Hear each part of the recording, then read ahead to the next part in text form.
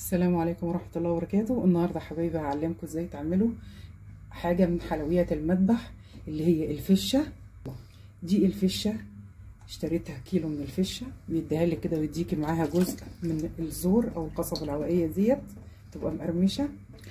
في معلومة بقى عايزة اقولها لكم، اهم حاجة في الحاجات دي النظافة. لما تروحي تجيبيها وردي كده وفاتحة وجميلة، ما فيهاش بقع ولا تجمعات دموية، وما تخليش حد يضحك عليكي علشان بتبقى مريضة، لان دي تعتبر ايه الرئة بالنسبة للعجل او الجاموسة. فتجيبيها فاتحة ولونها وردي كده وجميلة وما فيهاش اي لا بقع ولا تكتلات دموية ولا كلام من ده.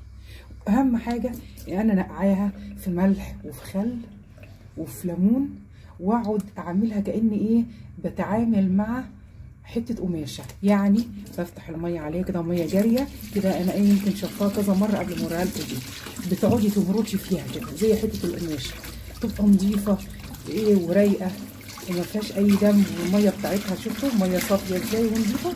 يبقى اهم حاجه في الحاجات دي ايه النظافه. تفضلي تغسلي فيها وتمرطي فيها كده تحت الميه وتنقعيها في الخل والملح والليمون لغايه ما هي تبقى فاتحه ونظيفه والميه بتاعتها رايقه وحلوه. يبقى اهم حاجه عنصر فيها الايه النظافه.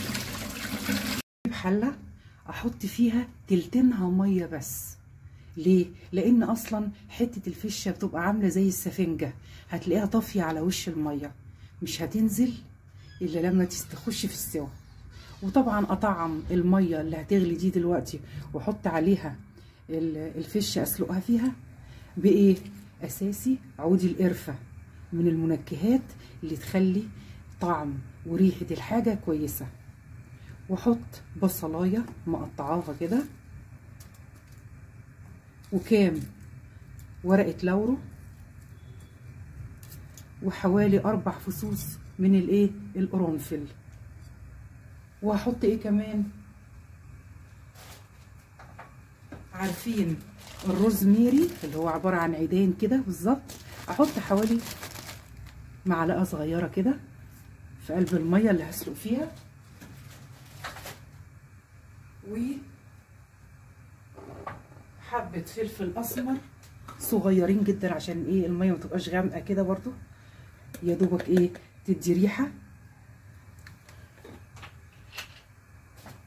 وبرضو من المنكهات اللي برضو حلوه وانتي بتسلقي الحاجات دي جنزبيل بودر،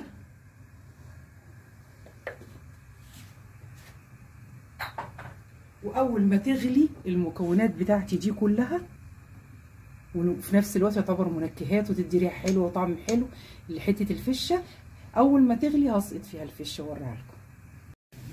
ودلوقتي الحله بتاعتي اهي الميه غليت والريحه جميله بمجرد الحاجات اللي انا حطيتها فيها.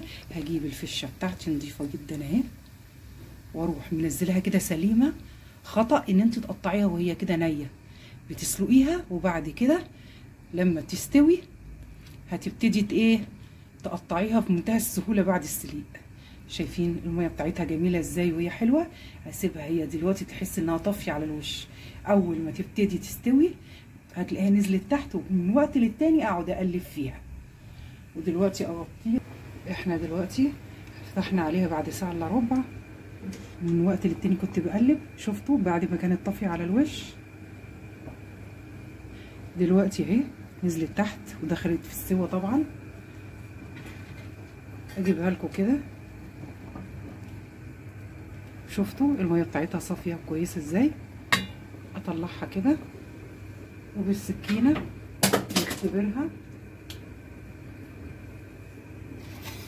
اختبرها بالسكينه اهو. بصوا بتخش بسهوله اهي، استوت اهي، بتغرس فيها بكل سهوله عامله زي السفنجه. هطلعها واسيبها تبرد واقطعها شرايح واوريها لكم وانا بحمر. جبتها على البلانشه وبالماسك عشان سخنه واقطعها. دي اللي هي القرقوشه اللي بنقول عليها قرقوشه بالبلدي، وهي الايه عباره عن القصبه الهوائيه بتاعه الايه العجل.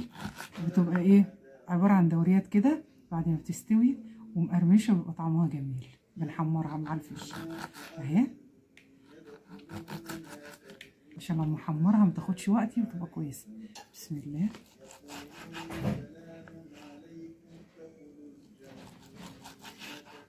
حبايبي جبنا الطاسه بتاعتنا وهنحط فيها بسم الله الرحمن الرحيم معلقه ليا كبيره حلوه كده. هنا بقى ايه الفشه بتاعتي انا مقطعاها اهو قدامكم. انزلها ايه، اعملها معامله اللحمه، احمرها وبالراحه كده اقعد اشوح فيها واعملها يمين وشمال تتحمر واوريها لكم شكلها بقى عامل ازاي وايه التوابل اللي انا هضيفها عليها. بحاول احمرها زي ما بتحمري حته اللحمه المسلوقه بالظبط. تعالوا كده، عباره عن فلفل اسمر كده موطيه النار، فلفل اسمر، جنزبيل، قرفه، سنه قرفه، بهارات، عباره عن كبابه صيني وقرنفل مطحونين، وبرده مطحون روزميري على حبهان مطحون. وابتدي بقى ايه انزل بالتوابل بتاعتي دي، هي اللي بتنكهلي الدنيا، مع رشه جوز الطيب كده بشره بسيطه. بسم الله، حاجه بسيطه لا تذكر كده، بس كده لا، اديها تقليبه حلوه كده مع التوابل وانا موطيه النار. هنزل بقى في اللحظه الاخيره فلفل حامي او رومي مع كام فص ثوم ايه مخرطين رفيع كده، واروح منزله عليها منكهاها بيها، بتدي طعم جميل جدا وايه تحبي تغمسها معاها. برضو اقلب كده، يا سلام لو تشموا الريحه اللي انا شماها جميله جدا. وبتعملي الحاجه بمنتهى النظافه في البيت وتاكلي ولادك وانت ضامنه الحاجه غسلاها ازاي ومعاملاها فيها ايه، وياكلوها بألف هنا وشفا. طبعا ما تزوديش اكتر من كده، هي اتحمرت وطريه اهي وجميله، ما تزوديش النار عليها، ما تنشفيهاش، بس في نفس الوقت بتنكهيها وبتخليها ايه طعمها جميل ومحمره زي حته اللحمه. يا دوبك ريحه الثوم طلعت، ما حرقش الثوم، ويا دوبك الفلفل تحس ان فيه القرشه بتاعته كده جميله.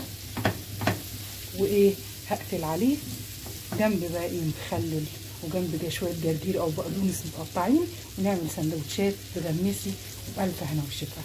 شوف بقى هنعمل فيها ايه دلوقتي حبايبي. رحت جايبه سرفيس رش عليه بقدونس، وطبعا البقدونس حلو جدا مع الاكلات دي عشان بيمتص الدهون، ما يخليش الجسم يحتفظ بالدهون دي، وفي نفس الوقت قيمته الغذائيه عاليه، مع قوطه مخلله، شويه سلطه بلدي حلوين مع العيش، وبألف هنا وشفا. دعموني باللايك والشير. دمتم بصحة وعافية، والسلام عليكم ورحمة الله.